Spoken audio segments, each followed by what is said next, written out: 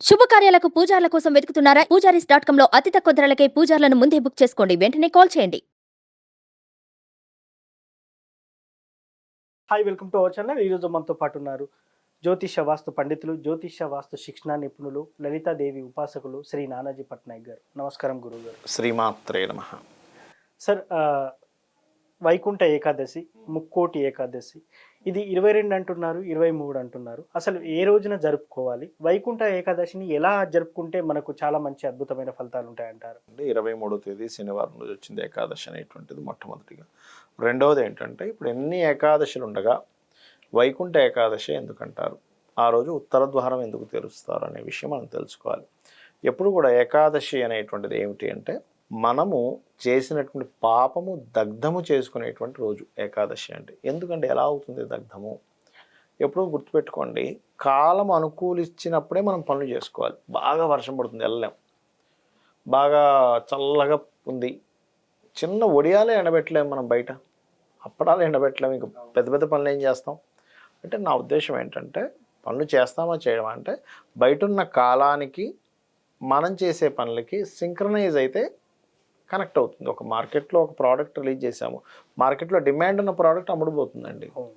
Demand లేని product మీరు ఎంత అద్భుతంగా చేసినా అమ్ముడుపోదు. అట్లాగో కాలంలో అంటే ఏకాదశి వచ్చినప్పుడు ఎప్పుడైనా మీరు గమనించినట్లయితే, ఈ రవిచంద్రుడు ఎవరైతే ఉంటారో అంటే ఆత్మకారకుడు, మనస్కారకుడు, జీవుడు ఆత్మకారకుడు అంటే ఈ యొక్క భగవత్ సంబంధించిన యోగం కలిగినటువంటి సూర్యభగవానుడు, మనస్సు, ఈ రెండు కూడా 1/5 లేదా 3/11 యాక్సెస్లో ఉంటాయి. ఎప్పుడైతే ఈ కాంబినేషన్లో ఈ గ్రహాలు ఉంటాయో, ఇక్కడ జరిగే ఫలితం ఏమిటి అంటే, ఏకాదశి నాడు ఎవరైతే వాళ్ళు చక్కగా ఉదయాన్నే నిద్రలేచి ఆ విష్ణు ఆరాధన చేస్తూ ఉపవాసం ఉండి, ప్రత్యేకంగా ఉపవాసం ఉంటారో, మనకి రోగం రావడానికి గల కారణం ఏమిటంటే, ఎవరికైనా హెల్త్ ఇష్యూస్ వస్తున్నాయనుకోండి, కారణం ఏమిటంటే, ఒకటి పూర్వజంలో చేసుకునేటువంటి కర్మ, రెండవది మనం తీసుకునే ఫుడ్. రెగ్యులర్గా ఫుడ్ వేస్తూనే ఉన్నాం అనుకోండి, ఇప్పుడు ఉదయం లేచాం, టిఫిన్, మధ్యాహ్నం భోజనం, మళ్ళీ సాయంత్రం, మళ్ళీ అర్ధరాత్రి ఇంకోటి ఏదో, దీనికి రెస్ట్ ఉండదు. చాలామంది తెలియక ఏం చేస్తారంటే 12 గంటలప్పుడు, 1 గంటలప్పుడు కూడా తింటారు, 2-3 గంటలప్పుడు కూడా తినేవాళ్ళని నేను చూసా. కొత్త ఈ మధ్య వచ్చాయి.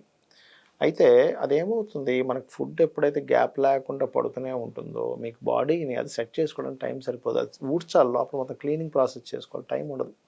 అందుకని మన వాళ్ళు ఏం చేశారంటే, ఏకాదశి నాడు నువ్వు తినకుండా ఉండు, నీకు బాడీ లోపల ఫ్రెష్ అవుతుంది, క్లీన్ చేసుకుంటుంది బాడీని అది. ఓకే.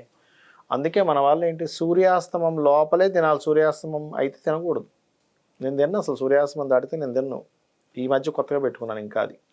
ఎందుకు అంటే, సూర్యాస్తమం లోపలే మీకు ఫుడ్ తిన్నటువంటిది ఒంటికి సక్రమంగా పడుతుంది, ఈ సూర్యాస్తమం దాటిన తర్వాత పట్టదు. ఇది గుర్తుపెట్టుకోండి. అంటే ఒంటికి పడుతుంది కానీ అది అనారోగ్య పాలవుతుంది మీకు బాడీ అనేటువంటిది.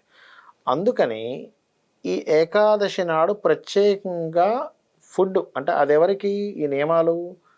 పిల్లలకి కాదు, చిన్నపిల్లలకి, అనారోగ్యంతో ఉన్నవారికి, వీరికి కాదు. మంచం మీద ఉన్నాడు, ముందే అనారోగ్యంలో ఉన్నాడంటే నువ్వు తినకుండా ఉండమంటే ఎట్లా? వీరికి కాదు. ఆరోగ్యంగా ఉన్నటువంటి వారు ఇది ఖచ్చితంగా పాటించాలి. పాటించి మరి ఏమండి, ఎన్నిసార్లు ఏకాదశి వస్తుంది, ఇప్పుడే ఎందుకు ముక్కోటి ఏకాదశి అవ్వాలి, ఇప్పుడే ఎందుకు వైకుంఠ ఏకాదశి అవ్వాలి అంటే, జ్యోతిష్ శాస్త్రంలో జీవుడు అంటే మేషం, అంటే జీవుడు జాతకుడు అంటే మేషం. అక్కడ ఏకాదశి నాడు చంద్రుడు అక్కడ ఉంటాడు. అందులో ముఖ్యంగా అశ్విని, భరణి, కృతిక నక్షత్రాల్లో అవుతూ, ముఖ్యంగా భరణి నక్షత్రంలో ఉంటే ఇంకా విశేషం. మనకి ఈసారి వచ్చేటువంటి ఏకాదశి భరణి నక్షత్రంలో వస్తుంది. భరణి నక్షత్రానికి అధిష్టాన దేవత ఎవరు అంటే యముడు. యముడు ఉండేటువంటి స్థానం ఏది అంటే దక్షిణం వైపు. ఇప్పుడు మనం చూడండి, ఏదైనా ఒక పాపకర్మలు చేశాము, మన శాస్త్రాల్లో కానీ వాటిల్లో కానీ ఏముంటుంది, నువ్వు పాపకర్మ చేసావు కాబట్టి యమపురికి వెళ్తావు, యమ బాధను అనుభవిస్తావు అంటాం. మనకి వైకుంఠ ఏకాదశి రోజు ఏం చేస్తారంటే, ఉత్తర ద్వారం మాత్రం తెరిచి ఉత్తరం నుంచి వెళ్తుంటాం మనం. అంటే దక్షిణ ద్వారం, దక్షిణం అనేది ఓపెన్ ఉండదు, ఉత్తరంలో మాత్రం ఓపెన్ అయ్యి ఉత్తరం నుంచి స్వామివారిని దర్శించుకుంటాం. ఉత్తరానికి ఎవరు అధిపతి? కుబేరుడు. కుబేరుడు అనుగ్రహం కలిగితే ఎలా ఉంటుంది మనకి అంటే, కుబేరుడు యొక్క పాజిటివ్ అనుగ్రహం కలిగితేనేమో మంచి ధనధాన్యాలు. ఇప్పుడు వెంకటేశ్వర స్వామి దగ్గర అంటే విష్ణువుని సందర్శించుకోవడానికి వెళ్ళేటప్పుడు కుబేరుడు అనుగ్రహం ఎలా కలుగుతుంది మనకి? పాజిటివ్గానే కలుగుతుంది. అవును, అంతే కదా. అందుకని ఉత్తర ద్వారం తెరుస్తారు. మరి దక్షిణ ద్వారం ఎందుకండి? మరి యమధర్మరాజు ఏమైనా తప్ప అంటే కాదు. అక్కడ యమధర్మరాజు నెగటివ్ కోణం మన మీద పడిందంటే మనం యమబాధలు పడతాము. పాజిటివ్ కోణం పడితే యమబాధల నుంచి దూరం అవుతాం. అది కూడా శనివారం రోజు అయింది కాబట్టి యమ ఆరాధన ఆ రోజు చేస్తే చాలా మంచిది. యమారాధన, సర్పారాధన చేస్తూ ఉత్తర ద్వారం గుండా వెంకటేశ్వర స్వామినో విష్ణువునో దర్శించుకుంటే ఏమవుతుందంటే మీరు చేసినటువంటి పాప కర్మలు దగ్ధమవుతాయి. ఈ జన్మలోని రాబోయే జన్మల్లో కూడా మనకి కలియుగ దైవం అంటూ ఉంటారు వెంకటేశ్వర స్వామి ప్రత్యేకంగా. ఎందుకు కలియుగ దైవం అయ్యాడయ్యా ఆయన అంటే కలి యొక్క ప్రభావం ఆయన కూడా పడుతూ చూపించాడు. అంటే అలాగ ఒక వివాహం చేసుకోవాలి, ఆయన కూడా అప్పు చేశాడు. మనం కూడా ఇప్పుడు ఒక అమ్మాయికి అబ్బాయికి పెళ్లి చేయాలి, అప్పు చేస్తాం ఎంతో కొంత. బాగా డబ్బులు ఉన్న వాళ్ళు, బాగా సంపన్న పనులు అంటే దట్ ఈస్ డిఫరెంట్ థింగ్. అప్పు చేస్తారు, తీసుకుంటారు బ్యాంకుల దగ్గర తీసుకొచ్చి మీరు అన్నట్టుగా. అంటే ఏమిటి, కాలానికి అనుకూలంగా ఉన్నటువంటి ఒక మూర్తి. నేను భగవంతుడిని నేను అప్పు చేయను అనలేదు. అయ్యా నువ్వు ఈ కాలంలో ఉన్నటువంటిది పరిస్థితి ఇట్లా ఉంటాయి. ఇంకోటి ఏంటంటే అప్పు చేసినా నువ్వు పెళ్లి చేసుకోవాలని చెప్పడం. నా దగ్గర డబ్బులు లేవు కదా కూర్చోవడం కాదు. ఒక ప్రకృతి ధర్మాన్ని నువ్వు పాటించాలంటే అప్పు చేసైనా సరే నువ్వు పెళ్లి చేసుకో ఫస్ట్ అని చెప్పడం. అంతేగాని నా దగ్గర డబ్బులు లేవు, నాకే సరిపోవట్లేదు, నేను ఇంకా పెళ్లి చేసుకుని ఏం చేయాలి, ఇంకెక్కడ పిల్లల్ని కనాలని ఆగిపోకు అని చెప్పడం సంకేతం. స్వామివారు అప్పు చేసుకున్నాడంటే ఓకే. అది. సో ఇక్కడ ఎప్పుడైతే మనం ఈ ఏకాదశి రోజు, ముఖ్యంగా ఈ వైకుంఠ ఏకాదశి రోజు ఎవరైతే ఉత్తర ద్వారం గుండా దర్శనం చేసుకుంటారో వాళ్ళకి ధనహీనత తగ్గుతుందండి. ఓకే. ఎందుకంటే ఇక్కడ ఉత్తరం నుంచి కామన్గా వెళ్తున్నాం అనుకుంటున్నాం, అలానే కదా. ఉత్తరానికి కుబేరుడు కారకుడు, కుబేరుడు అనుగ్రహం కూడా కలుగుతుంది అక్కడ. కుబేర అనుగ్రహంతో వెంకటేశ్వర స్వామిని దర్శించుకోవడం వల్ల వాళ్ళ జన్మజాతకాల్లో ఇప్పుడు ఎవరికైనా ధనస్థానం బాగాలేదనుకోండి, 2nd house, 9th house, 5th house, 11th house affliction అవుతాయి. ఇవి ఎందుకు ఎఫ్లిక్షన్ అవుతాయి? వీళ్ళ పూర్వజన్మలో చేసుకున్న కర్మ వల్ల. ఈ భగవత్ అనుగ్రహం గనక ఏకాదశి రోజు పడితే ఏమవుతుంది అంటే ఈ ధనుసు రాశిలో రవి ఉంటాడంటే ఈరోజు ముఖ్యంగా ధనుర్మాసం అని కూడా అంటుంటారు. అందుకే ఎప్పుడైనా ధనుసు రాశిలో రవి సంచారం జరిగేటప్పుడు ఏం జరుగుతుంది అంటే భగవత్ సంబంధించిన రాశి ధనస్సు రాశి, ఆత్మకారకుడు రవి అక్కడ ఉంటాడు, ప్రత్యక్ష దైవం రవి అక్కడ ఉంటాడు. ఎప్పుడైతే తన రాశి నుంచి 5 రాసులు దాటి ఇక్కడికి వచ్చినప్పుడు జీవుణ్ణి తరింపజేస్తాడు. కాలం జీవుణ్ణి తరింపజేసే కాలం. జీవుణ్ణి తరింపజేసే కాలంలో మీరు వెంకటేశ్వర స్వామి దర్శనం చేసుకుంటే మీరు తరింపబడతారు. అందుకని వైకుంఠ ఏకాదశి జరుపుకుంటాం మనం. సార్ నాకు ఒక చిన్న సందేహం, జాతకాలతో సంబంధం లేకుండా స్వామివారి అనుగ్రహం పొందొచ్చు అంటారా మీరు చెప్పిన దాని ప్రకారం? ఒక విషయం అండి, ఇక్కడ జాతకం సంబంధం ఉంది సంబంధం లేదు కాదు, ఇక్కడ మీరు అర్థం కావట్లేదు. ఇంకో క్లారిటీగా చెప్తాను. కొంతమంది దరిద్రహీనతతోనే బాధపడతారు, ఇంకొంతమంది కుబేరులుగా ఉంటారు. సో వీళ్ళు చేసిన వీళ్ళకి ఫలితం అట్లా, దానికి జాతకంతో సంబంధం లేదు, వాడికి దరిద్రం అంది పోతుంది అంతే. అయితే ఇక్కడ ఎట్లాగా అంటే దారిద్రం పోవాలి అంటే మనం ఏదో వీడియో చూసాము, గురువుగారు చూసాం, ముఖేష్ గారు ఏదో ఇంటర్వ్యూ చేశారు, వెళ్ళి వచ్చేసామంటే తీరదండి.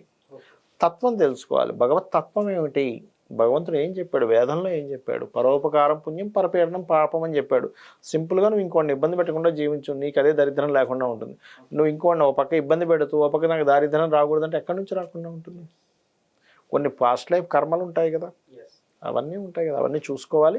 ఒకటేంటంటే ఈ కలియుగంలో నేను చూసినటువంటి అనుభవం, వెంకటేశ్వర స్వామిని ఎవరైతే స్వామి నాకు నువ్వే దిక్కు అని పట్టుకున్న వాళ్ళని ఖచ్చితంగా ఆయన బయటపడేస్తాడండి. ఎందుకంటే నాకు తెలిసిన ఒక చిన్న అనుభవం చెప్తా. ఒక వ్యక్తి అతనికి ఏ వ్యాపారం పడితే ఆ వ్యాపారం చేసేవాడు. అంటే ఎలాగ అంటే ఉదాహరణకి ఒక 10 లక్షలు పెట్టి ఒక కిరాణా షాప్ పెట్టాడు అనుకోండి, 4 రోజులు చూసేవాడు. పెద్ద కిరాణా షాప్లో ఏం లేదు, ఇది అమ్మేసి బట్టల షాప్ పెట్టేవాడు.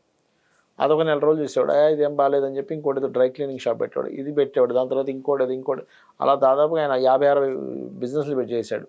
ఓకే. అలా చేసి అప్పులు ఎక్కువైపోయి ఆయన తిరుపతి వెళ్ళిపోయాడు. అయ్యి బాబు నా వల్ల అవ్వట్లేదు, ఇంకా నాకు ఎక్కువైపోయింది, ప్రాబ్లం పెరిగిపోయిందని.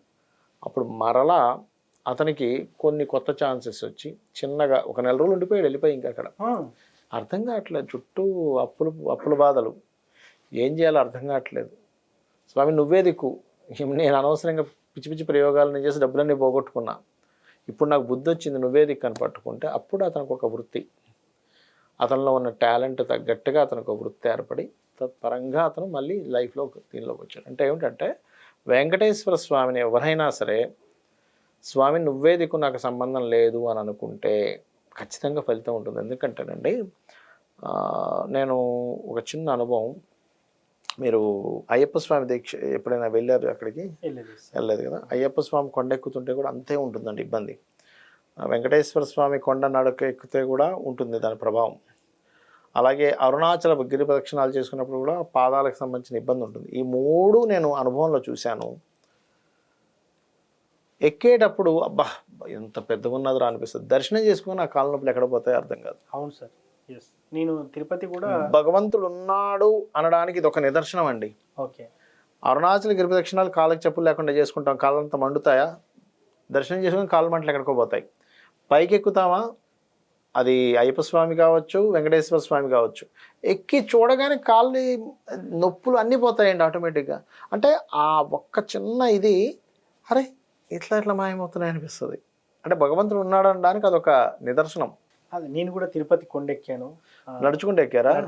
ఓకే. 2 times ఎక్కాను. నాకు కూడా సేమ్ ఇలానే జరిగింది, మీకు జరిగిన అనుభూతి. ఇది కాళ్ళు ఫస్ట్ లో అబ్బా ఏంటి బాగా ఎక్కడానికి కూడా స్ట్రెయిన్ అనిపించి ఎక్కాక క్లియర్ అయిపోయింది. ఎస్, అవును సార్. మొత్తానికి వైకుంఠ ఏకాదశి ఎలా జరుపుకోవాలి, ఎలా జరుపుకుంటే మనం ఫలితాన్ని పొందవచ్చు అని చెప్పేసి చాలా చక్కగా చెప్పారు sir. Thank you so much. శ్రీమాత్రే నమః. చూశారు కదా, వైకుంఠ ఏకాదశిని ఎలా జరుపుకుంటే అద్భుతమైన ఫలితాలు ఉంటాయని గురువు గారు చెప్పారు. ఇది వాటి కార్యక్రమం. మరో కార్యక్రమంలో మళ్ళీ కలుద్దాం. Thank you.